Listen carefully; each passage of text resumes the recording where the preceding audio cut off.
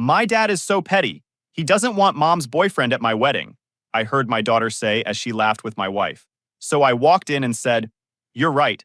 I'm petty, and starting today, I will no longer pay for your college or your wedding." Sup, Reddit. Get ready for the chaos you're about to hear. Get yourself some snacks and enjoy the show.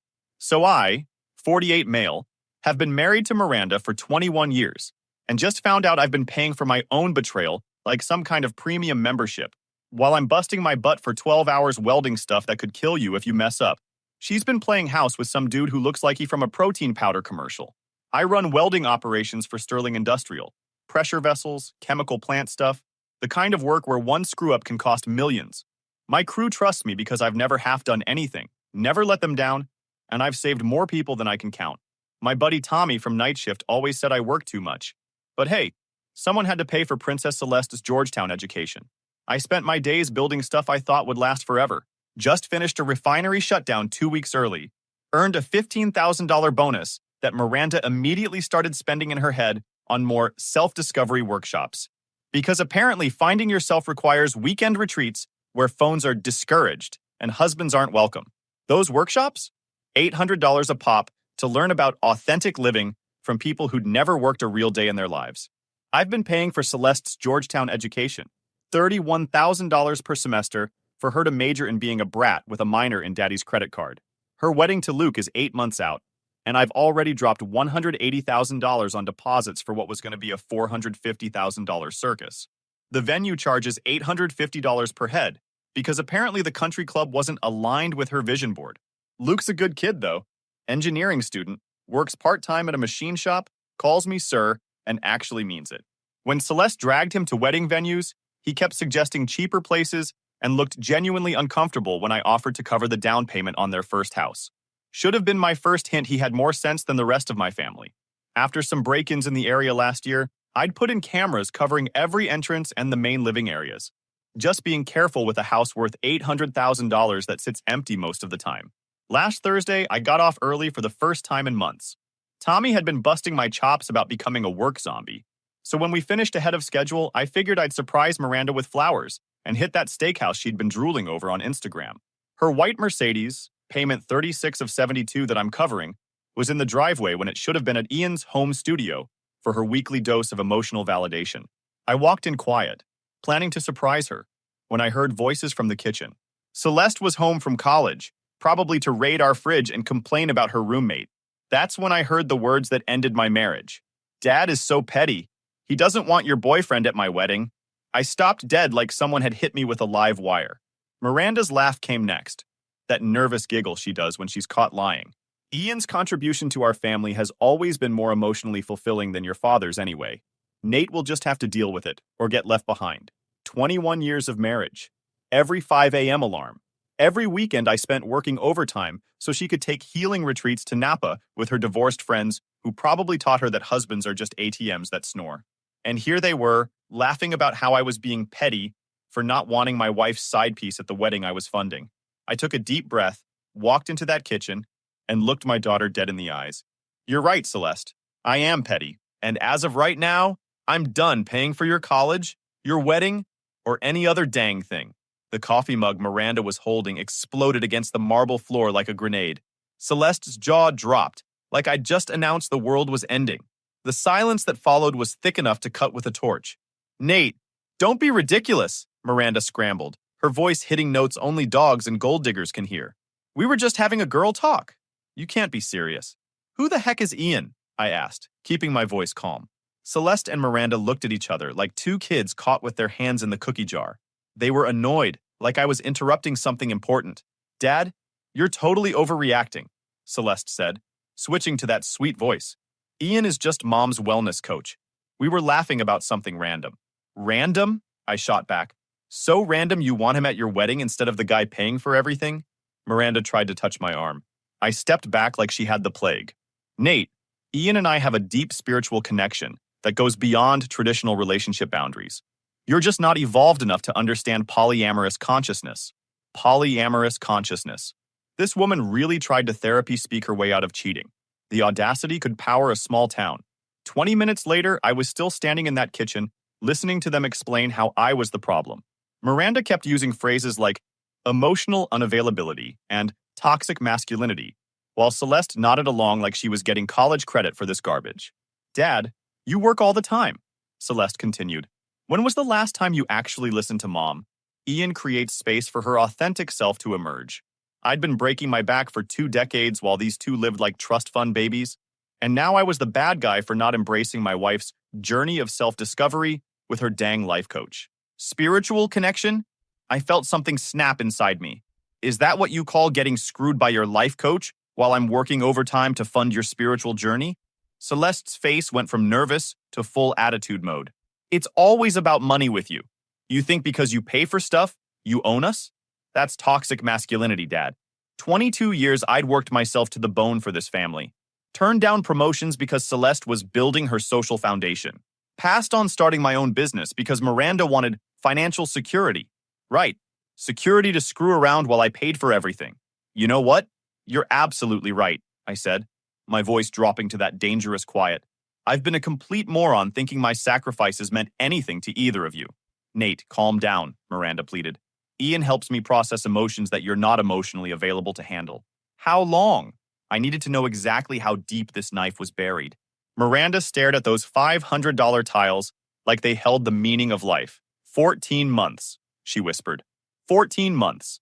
Not a fling, not a mistake, over a year of calculated lying, of coming home exhausted to fake kisses and nonsense small talk while she was probably texting Captain Smoothie about their next alignment session. I turned to Celeste. And you? How long have you known your mother was cheating? Dad! Celeste gasped, but I wasn't done. How long, Celeste? My daughter lifted her chin like she was proud of it. From the beginning. Mom told me because she said I'd understand. Ian makes her happy, Dad. Like actually happy for once. Every word was like acid eating through whatever respect I had left. My own daughter had been in on it for over a year. Ian is more fun than you, Celeste continued, really twisting the knife. He doesn't lecture us about budgets or make us feel guilty for enjoying life. He's teaching Mom to prioritize her authentic self, unlike you. The kicker? While they were schooling me about my emotional shortcomings, Miranda's phone kept buzzing with texts. Ian was probably wondering where his meal ticket was while I was having this family meeting about his role in our dynamic. I walked out before I said something that would land me in anger management. Drove straight to Murphy's, where Tommy was nursing his usual drink after his shift. Geez, Nate, you look like someone welded your butt to a fire hydrant, he said, when I collapsed into the booth. What happened? I told him everything. He listened without interrupting, occasionally shaking his head and muttering, unbelievable, under his breath. You know what you gotta do, right? Tommy said when I finished. Scorched earth, brother. These people have been playing you for a fool. I don't know where to start. Start with cutting off the money. All of it. Let them see how far Ian's spiritual guidance stretches when the bills come due. Tommy finished his drink and set it down firmly. And get yourself a damn lawyer. Steve Williams. He's the guy you need. He leaned forward. Listen, man. I've watched you carry this family on your back for years. You missed your nephew's graduation because Celeste needed emergency money for some spring break nonsense. You worked through pneumonia because Miranda's credit card was maxed on her therapy retreat. When's the last time either of them asked how your day was? He was right. I couldn't remember the last real conversation I'd had with either of them that wasn't about money or their problems. Next morning in Steve's office, I laid out the whole story while he took notes and occasionally muttered "holy cow" under his breath. Here's the beautiful part, Steve said, cracking his knuckles like he was about to perform surgery. Arizona is a community property state, but adultery changes everything. We're going to protect your assets, claw back fraudulent spending, and make sure they understand what happens when you bite the hand that feeds you. Steve had been tracking Miranda's spending patterns for months, just in case. Turns out lawyers talk to each other, and Ian's name had come up before. Funny thing about your wife's life coach, Steve said with that predator grin. Got a call last week from a colleague in Sacramento. Woman named Patricia. She's looking for Ian too. Seems he pulled the same spiritual awakening scam on her and her husband's marriage. Cleaned out their joint account for intensive healing sessions. Then disappeared when the divorce papers showed up. The pattern was textbook manipulation. Find vulnerable marriages. Target the wife with spiritual nonsense. Create emotional dependency. Then drain the bank accounts while promising transformational breakthroughs. Ian was basically running a Ponzi scheme with feelings instead of money. We spent 4 hours mapping out the financial battlefield. I had $347,000 in joint accounts, plus $180,000 in the money market, and $95,000 in my separate welding account. The house would have to be sold. Miranda's part-time interior design business, pulling in maybe $800 a month, wouldn't cover the $4,800 mortgage without my income. What about Celeste? I asked. Steve leaned back. She's 21. No legal obligation. That's your call. But I'd make her figure out real quick which side of this war she wants to be on. Those wedding deposits, he continued with that grin, they were paid from joint accounts without your knowledge of the affair. That's fraudulent use of marital assets. We can demand full reimbursement. This was the most beautiful thing I'd ever heard. So I can force them to pay back money they've already spent? Every dang penny? Plus interest and legal fees? And here's the cherry on top. Ian's business isn't licensed. He's been operating illegally, which means Miranda's been funding criminal activity with marital assets. Steve pulled out a file thicker than a welding manual. Sacramento, Portland, Denver. Same pattern every time. Move in, target married women, build dependency, then disappear when the money dried up. Patricia in Sacramento? Ian cost her $89,000 before vanishing. She's been tracking him ever since. Can I talk to her? She's actually driving down from Sacramento this weekend. Wants to compare notes. Apparently, Ian left quite a trail of destruction. When I left his office, I felt like Neo seeing the Matrix for the first time. I had options, leverage, and the element of surprise. My phone had 67 missed calls. Time to have some fun. My daughter's fiancé, Luke, called while I was sitting in my truck, and I genuinely felt bad for the kid. Mister. Nate, Celeste's losing her mind and won't explain what happened. She just keeps saying you're being unreasonable. Can we talk? The poor guy had no idea he was about to marry into a soap opera.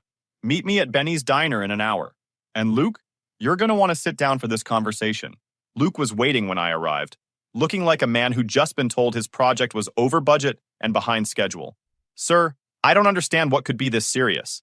I looked him dead in the eyes. Luke, do you know Ian? His confused expression told me everything. Yeah, Mrs. Miranda's life coach. Seems like a nice guy. Celeste talks about him being like a mentor. Why? He's been sleeping with my wife for 14 months. And Celeste wants him at your wedding. Luke went white as fresh primer. The poor kid gripped that coffee cup like it was the only solid thing left in his world. I had no idea, he kept repeating. Celeste gave me this whole speech about transparency when I mentioned my ex texting me. Apparently transparency has some fine print, I said. But now you know what kind of family you're marrying into. We sat in silence for a long time. She knew the whole time, he finally said. When I mentioned Ian seemed like a good mentor for married couples, she just smiled and said he was really good at relationship dynamics. She was laughing at me. What should I do? Luke asked. That's your call, son. But ask yourself, if she can hide something this big for over a year, what else is she lying about? We shook hands, and I could see his whole world shifting behind his eyes. Following Steve's battle plan, I spent the next 2 days moving money faster than a Vegas card dealer. Half of everything into new accounts under my name only, credit cards canceled, and the best part, calling every wedding vendor with the legal ammunition Steve had given me. Hi, I'm Nate Martin. I need to cancel the wedding for Celeste Martin and Luke Williams on May 15th. Oh no, let me check your contract. You're outside the cancellation window, so you'd forfeit the $35,000 deposit. Actually, I paid that deposit, and I'm currently divorcing due to adultery. I'll need your legal department's contact info regarding fraudulent use of marital assets. Magic words. Suddenly, every vendor was very interested in working with me. Amazing how fast people find solutions when lawyers get mentioned. The florist was particularly fun. It started with sorry, no refunds, and ended with we'll have a check ready by noon. Turns out, when you explain that the money was stolen through fraudulent marriage contracts, even wedding vultures suddenly find their conscience. 17 calls over 2 days. Venue, caterer, photographer, florist, DJ, the works. By noon on the second day, Celeste's dream wedding was officially nuked from orbit, and I had $180,000 back in accounts that Miranda couldn't touch. My phone started going off like a smoke alarm within 30 minutes. How could you do this to me? Miranda's voice was pure panic mixed with rage. My card got declined at Target. Probably about as humiliating as finding out your wife's been playing house with her life coach, I replied, calm as a safety inspector. Steve will be contacting you about the divorce. Where are we supposed to live? How will Celeste finish school? Maybe Ian can help. After all, he's been such an important part of your journey. Time to see if his spiritual guidance comes with a 401k. I hung up while she was screaming something about financial abuse.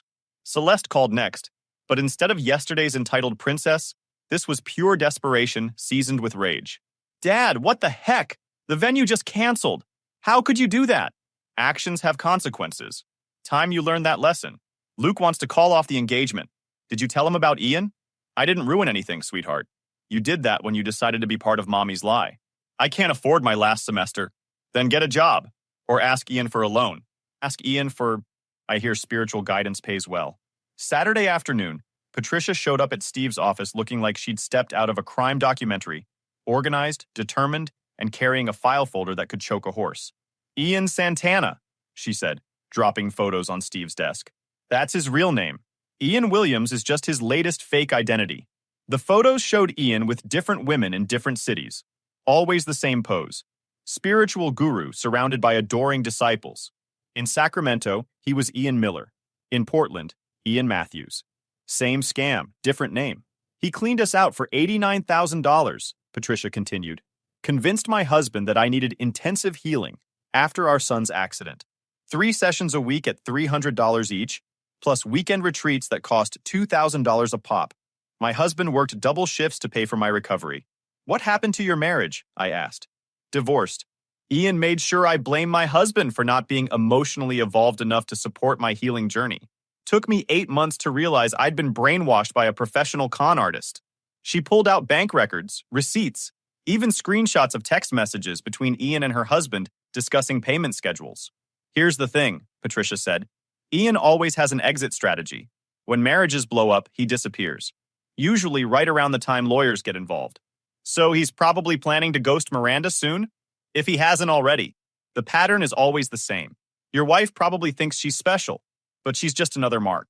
Patricia had spent 2 years building a network of Ian's victims through online forums and private investigators. She documented his entire trail across 6 states, connecting with other women he'd scammed through victim support groups and legal networks. Steve was taking notes like he was documenting evidence for the FBI. This is even better than I thought, he said. We're not just dealing with adultery anymore. This is wire fraud, identity theft, and organized deception. Patricia, would you be willing to testify? I've been waiting 2 years for this chance, she said with a smile that could cut steel. Quick pause, fellas. YouTube just dropped this new hype feature. If you're hooked on this story, smash that hype button. It tells YouTube this video deserves to blow up, and it keeps even crazier stories coming your way. Thanks so much for your support. All right, back to the drama. But the real entertainment started that evening when Miranda's sister called. Nate, I'm so sorry, but I need to tell you something. Miranda's been bragging about Ian for months. She said you knew and didn't care because you were emotionally unavailable anyway. The nerve never stopped amazing me. She also said Ian was going to help pay for Celeste's wedding, that he was more successful than you. Well, I said, they're about to find out how successful he really is. That evening, Luke called with the best news of my life. Mr. Nate, I ended it with Celeste. Sorry to hear that, son. Don't be. When I confronted her, she tried to gaslight me. Said it wasn't a big deal, that I was being possessive. Then she asked if I could still get the house down payment from you, even if we postponed the wedding. This kid was learning fast. That was her main concern. The money, not the relationship. Bullet dodged, Luke. Bullet dodged. The divorce was cruising through faster than quality steel through a plasma cutter. Steve had receipts for everything, and Miranda's lawyer looked like he'd rather be defending tax cheats. But here's where Miranda made her biggest mistake. She thought she could play hardball. 2 weeks after I'd nuked the wedding, she showed up at my work site with Ian in tow. Apparently, Captain Protein Shake was going to intimidate me into being reasonable. I was in the middle of inspecting welds on a pressure vessel when Tommy tapped my shoulder. Nate, your wife's here with some yoga instructor-looking dude. They're demanding to see you. I looked across the yard where Miranda stood in designer heels completely wrong for a construction site, with Ian posed behind her like he was her bodyguard. This idiot was wearing a linen shirt and khakis to an industrial site where sparks fly and stuff explodes. Send them over, I said, pulling off my welding helmet. This should be fun. My entire crew stopped working to watch. Word travels fast on job sites, and everyone knew about the divorce. Tommy positioned himself nearby, arms crossed like a bouncer at a nightclub. Miranda click-clacked across the gravel in those ridiculous heels, Ian following like a lost puppy. Nate, we need to talk, she announced like she was calling a board meeting. This has gone far enough. We? I looked at Ian. Who the heck are you supposed to be? Ian stepped forward with this Zen master nonsense smile. I'm Ian, Miranda's partner. I think there's been some miscommunication about my role in the family dynamic. I started laughing. My crew stopped what they were doing to watch this soap opera unfold. Your role? I said. Your role is sleeping with another man's wife. Behind Ian, I could see my welders exchanging looks and trying not to crack up. Rico was literally biting his lip to keep from laughing. These guys had seen me handle everything from equipment failures to safety violations. But watching me dress down my wife's yoga instructor was peak entertainment. Ian's smile faltered. I understand you're hurt, but Miranda and I have built something beautiful together. We're hoping you can evolve past this toxic possessiveness. Toxic possessiveness, I repeated. That's what you call expecting your wife not to screw someone else? Miranda jumped in before Ian could dig himself deeper. Nate, be reasonable. Celeste's wedding is ruined. She can't finish school. And Ian's been more of a father to her than you ever were. Then he can pay for her wedding, I said. Problem solved. That's when Captain Save-A-Ho made his fatal mistake. He reached into his pocket and pulled out a check. Actually, he said with that smug smile, Miranda and I discussed this. I'm willing to contribute to Celeste's education as a gesture of good faith. He handed me a check for $25,000. $25,000. Tommy burst out laughing behind me. Did this clown just offer you 25 grand for a Georgetown semester? This idiot thought he could buy his way into my family with less than what Celeste spent on textbooks and sorority dues. You think 25 grand covers a Georgetown semester? I asked. His confidence started cracking. It's a start, a symbol of my commitment to the family. I ripped the check in half and let the pieces flutter to the ground like confetti. Here's a symbol of my commitment to your relationship, I said. Get the heck off my job site before I have security escort you out. In pieces. Miranda started panicking. Nate, you can't just... Yes, I can. This is private property. You're trespassing. Ian tried one more time. Miranda deserves to be happy. I will give her things you never could. Like what? Unemployment? Because that's what she's about to have. That's when Miranda played her last desperate card. I'll contest the divorce, she announced. I'll fight for spousal support, claim emotional abuse, and make this drag out for years. I will make you regret. I looked at her like she'd just challenged a welder to a poetry contest. Go ahead, I said. Steve's got 14 months of evidence of your affair, financial records of every penny you've spent on Ian, and witness statements from your own family. Plus, I've got security cameras that show him coming and going from our house. Ian went white as a sheet. Security cameras? Did you think I'd leave an $800,000 house unmonitored? I asked. I've got footage of you two going at it on my kitchen counter, in my pool, and on the couch I paid for. Steve's calling it Evidence Exhibit A through Z. You recorded us without consent, Miranda shrieked. That's when Ian cut and ran. Literally. He mumbled something about reassessing the situation and speedwalked toward his Tesla like his butt was on fire. Miranda watched her spiritual warrior abandon ship faster than a contractor with a failed inspection. Ian, wait, she called after him. But Mr. Consciousness was already backing out of the parking lot. Rico came over, still grinning like he'd won the lottery. Boss, that was beautiful. You want us to make sure they don't come back? Nah, they won't be back. Ian's probably already updating his LinkedIn profile from a Starbucks in California. The fallout from Miranda's failed power play was entertaining. Ian stuck around for 3 more weeks, probably draining Miranda's accounts before vanishing completely. Suddenly, Miss Spiritual Consciousness was facing reality without her enlightened life coach. My supervisor, Joe, who'd witnessed the whole show, pulled me aside after Miranda and Ian left. Nate, that was the most beautiful thing I've ever seen, he said, grinning. Listen, there's something I've been meaning to discuss. Phoenix Industrial is opening a new complex. They want you to run welding operations. Significant pay bump, full relocation package, and honestly, sounds like you could use a fresh start. The Phoenix job was everything I'd been working toward without knowing it. New construction boom, major contracts lined up, and the chance to build something from scratch. Thanks, Joe. When do I start? Soon as you're ready. $25,000 signing bonus, full relocation assistance, and you'll be running your own crew. Meanwhile, Miranda's world was crumbling faster than a failed inspection report. Ian had cleaned out his apartment over the weekend, leaving 3 months' rent unpaid and taking off without a forwarding address. The state licensing board also opened an investigation. Turns out practicing as an unlicensed therapist while taking money is a felony in Arizona. Steve called with updates that were better than morning coffee. Ian cleaned out his apartment over the weekend, he reported. The landlord says he left 3 months' rent unpaid and took off without a forwarding address. Celeste called me 3 days after the worksite confrontation, her voice smaller than I'd heard since she was 12. Dad, Ian left. He said the situation was too complicated for his current life path. Wow, shocking, I said, not bothering to hide my sarcasm. Mom's having a breakdown. She keeps calling him, but his number's disconnected. His website's down too. Patricia called that same evening with news that made my week. Ian's gone, she said. But I've been tracking his credit cards and social media. Want to guess where he landed? California? Beverly Hills. Already set up shop as Ian Matthews. Back to his Portland identity. Posted on Instagram yesterday about new beginnings and spiritual partnerships. He's got 3 women commenting with heart emojis. Good grief. Gets better. I contacted all 3 women. Turns out Ian's been running the same game simultaneously. Told each one she was his twin flame and that he needed financial support to establish his practice. One of them already gave him $15,000. The methodical nature of Ian's con was almost impressive. Almost. I sent them all screenshots of his other identities. They filed a police report this morning. Miranda had to move out of our house when it sold. Bidding war between 3 couples who actually worked for their money. She found a 1-bedroom apartment that cost $1,200 monthly, more than half her retail income of about $2,000 per month from working $12 an hour, and didn't allow pets. So Celeste's designer emotional support dog went to live with Miranda's sister. Celeste dropped out of Georgetown because she couldn't get student loans approved without a cosigner.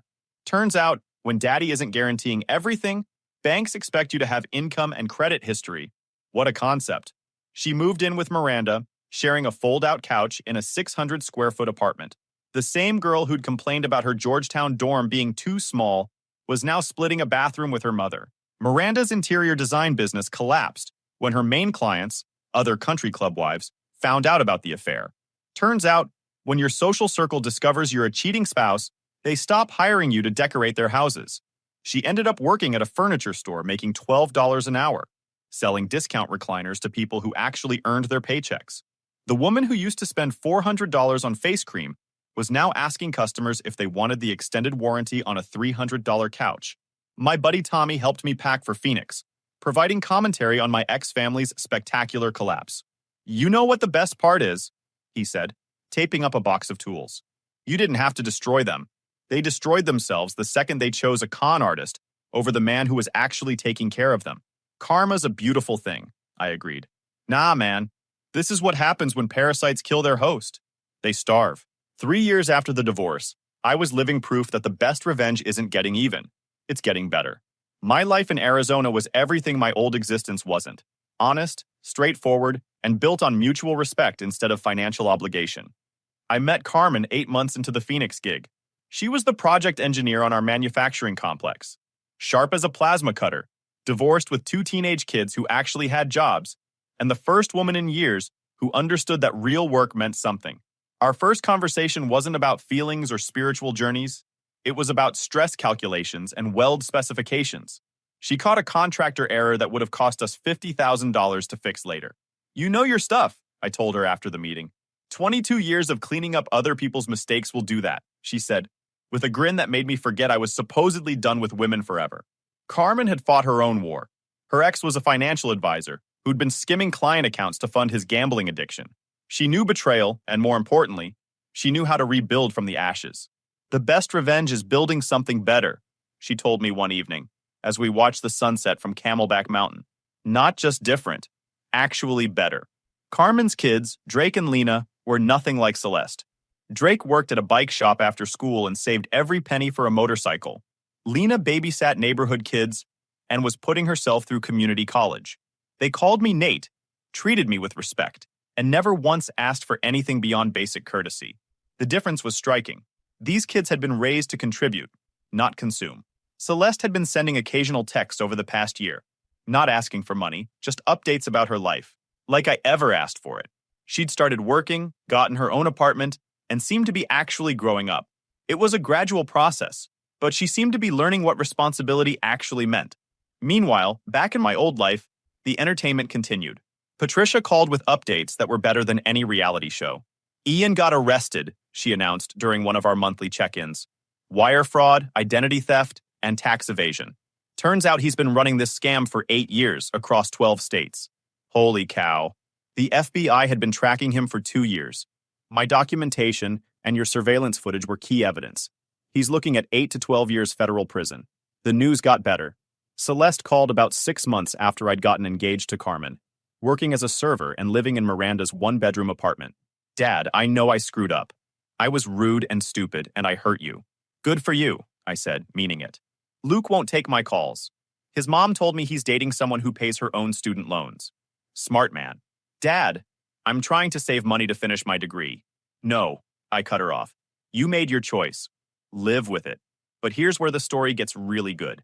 Luke kept in touch, and his updates were better than any reality show. Sarah and I are engaged, he told me during one of our quarterly calls. She works 2 jobs to pay for school.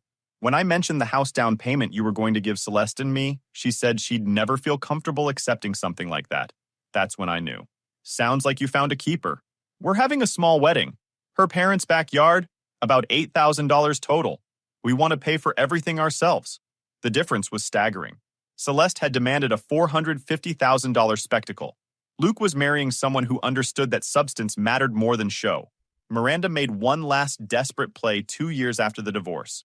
She showed up at my Phoenix apartment. Somehow she'd tracked down my address, looking like she'd aged a decade in 2 years. Nate, Ian left me, she said, like this was news. The whole thing was a mistake. 21 years has to mean something. I looked at her standing on my doorstep in a discount store outfit, her roots showing gray because she couldn't afford her salon anymore. It did mean something, I said. Yet it meant nothing to you. Is there really no going back? Nope, I am not a backup plan. Not for you and not for Celeste. She started crying, but I was done with those tears. They'd lost their power years ago. I made mistakes. You made choices, I corrected. Every day for 14 months, you chose to lie to me, use my money to fund your affair, and teach our daughter that betrayal was acceptable. Those weren't mistakes. That was who you chose to be. I closed the door and went back to my life, the real one I'd built with Carmen and her kids. Tommy visited for a week that summer, marveling at how different my life had become. You look 10 years younger, he said over drinks on my patio. Good for you, brother. Best thing that ever happened to me, I said, and meant it. You know what I heard through the grapevine? Celeste's working at that furniture store with her mom now. Same place, side by side, selling recliners to people who work for a living. Poetic justice, I said. Mother-daughter bonding over commission sales, Tommy laughed. Ian really brought them together in the end. Update. All right, folks. Let me give you a quick update on how things went down after that. It'll make you smile, I'm sure. Carmen and I got engaged on a hiking trip through Sedona. Simple ceremony planned for spring. Just close friends, her respectful kids, and my crew who'd become family. The company promoted me to regional supervisor with a salary that made my old income look like allowance money. Celeste called about 6 months after I'd gotten engaged to Carmen. Dad, I'm pregnant. I wanted you to know. Congratulations. Who's the father? Jacob, he's a paramedic. We met at the restaurant. Paramedics work their butts off for decent money. They don't get into it for the cash. Actual sense of purpose there. We're getting married next month. City Hall, then dinner with his parents. Would you consider coming? The old me would have said yes immediately, but I stopped there for a minute. Why? Because despite everything, you're still my dad, and I want my child to know their grandfather. First honest thing she'd said in years. I thought about it for a week before calling back. I'll come, but I want something clear. I'm not your financial backup plan anymore. If you want a relationship with me, it has to be because you actually want one, not because you need something. I understand. I don't want your money, Dad. I just want your respect back. Then earn it. The wedding was exactly what she'd said. Simple, honest, paid for by 2 people who worked for a living. Jacob shook my hand, looked me in the eye. No nonsense. The kid had calluses from actually working, and didn't mention money once during our conversation. Celeste looked different, older, more serious. The attitude was gone, replaced by something that might actually be maturity. Thank you for coming, she said after the ceremony. I know I don't deserve it. You don't, I agreed. Yet I am giving you a chance. Now earn it. She nodded and smiled. 6 months later, I held my grandson for the first time. Nate Jr., they named him after me. The kid looked just like Celeste did as a baby, but hopefully without the silver spoon. I want him to know that nothing in life is free, Celeste told me while feeding him. That respect is earned and family loyalty goes both ways. Good. Make sure he learns early. Jacob, changing a diaper like he'd been doing it forever, looked up and grinned. Don't worry, sir. This kid's going to learn the value of hard work. No participation trophies in our house. Remember Patricia? She called with the final chapter of Ian's story. Sentenced to 10 years federal prison, she announced. Restitution ordered for $340,000 to all his victims. Not that any of us will see a dime, but at least he's off the streets. What about Miranda? She testified for the prosecution. Apparently, Ian convinced her to liquidate her retirement account for one last investment opportunity right before he disappeared. She lost another $45,000. Sometimes the universe has a sense of humor like that. The betrayal that destroyed my old life turned out to be the best thing that ever happened to me. Sometimes you have to lose everything you thought you wanted to find what you actually needed. The life I have now, built on honesty, mutual respect, and people who value what I bring beyond a paycheck. And that, right there, is everything.